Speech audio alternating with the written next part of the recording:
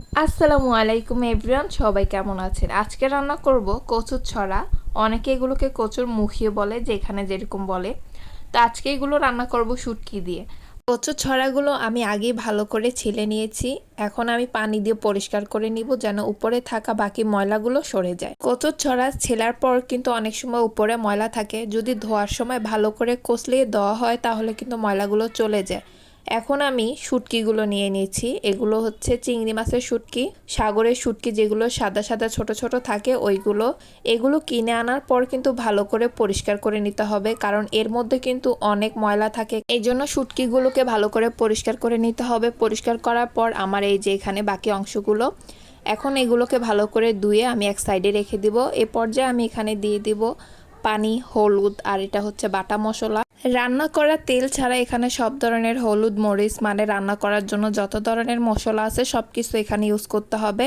আর তেলের পরিবর্তে এখানে পানিটা আমি ইউজ করছি, এটাই। সব ধরনের উপকরণ আমি মিক্স করে নিয়েছি। এখন এটা চুলার উপর বসিয়ে রাখবো যতক্ষণ না বলক চলে আসতেছে। আপনি চাইলে এখানে পেঁয়াজ এবং রসুন কুচিও দিতে পারেন। আমি যেহেতু আগেই পেঁয়াজ এবং রসুন বাটা দিয়েছি, তাই আর রসুন কুচি আলাদা করে দিই নেই, আপনি চাইলে দিতে পারেন। এখন আমি এর মধ্যে ধুয়ে রাখা শুটকিগুলো অ্যাড করে দিব। শুটকিগুলো আমি আগে ভালো করে ধুয়ে রেখে দিয়েছিলাম সাইডে, এখন সেটা অ্যাড করে দিয়েছি। এরপর দিয়ে দিব আমার ধুয়ে রাখা কচুর ছড়াগুলো। এগুলো আমি অল্প অল্প করে দিয়ে দিচ্ছি।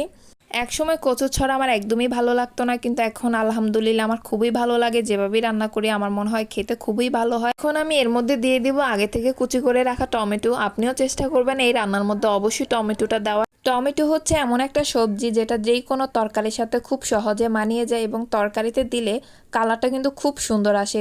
এই জন্য আমি যে কোনো রান্নার মধ্যে টমেটো দেওয়ার চেষ্টা করি। আমার কাছে মনে হয় টমেটো তরকারির কালারের পাশাপাশি তরকারিতে স্বাদটাও খুব ভালো আনে।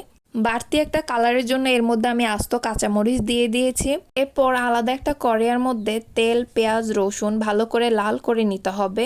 এগুলো যখন একটু লাল লাল হয়ে আসবে তখন এর মধ্যে তরকারিটা বাগার দিয়ে দিতে হবে। আপনি চাইলে ওই পাত্রেও বাগার দিতে পারেন। এক একজনের রান্নার হাত কিন্তু এক এক রকম হয়। অনেকে কিন্তু সব কিছু মশলা কষিয়ে রান্না বসিয়ে দেন, সেই তরকারির স্বাদ কিন্তু একটু অন্যরকম হয়। আবার আপনি যদি পরবর্তীতে তেল, পেঁয়াজ, রসুন দিয়ে যে কোনো রান্না বাগার দেন তাহলে কিন্তু সেটার স্বাদ কিন্তু আবার অন্যরকম হয়।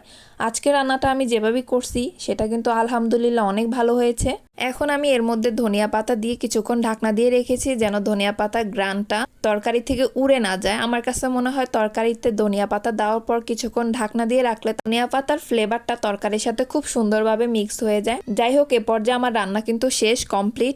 অনেকেই আছেন যারা কচুর ছড়া কিংবা শুটকি একদমই পছন্দ করেন না, তাদেরকে বলছি একবার হলেও বাসায় ভাবে ট্রাই করে দেখবেন। ইনশাল্লাহ খুবই ভালো লাগবে।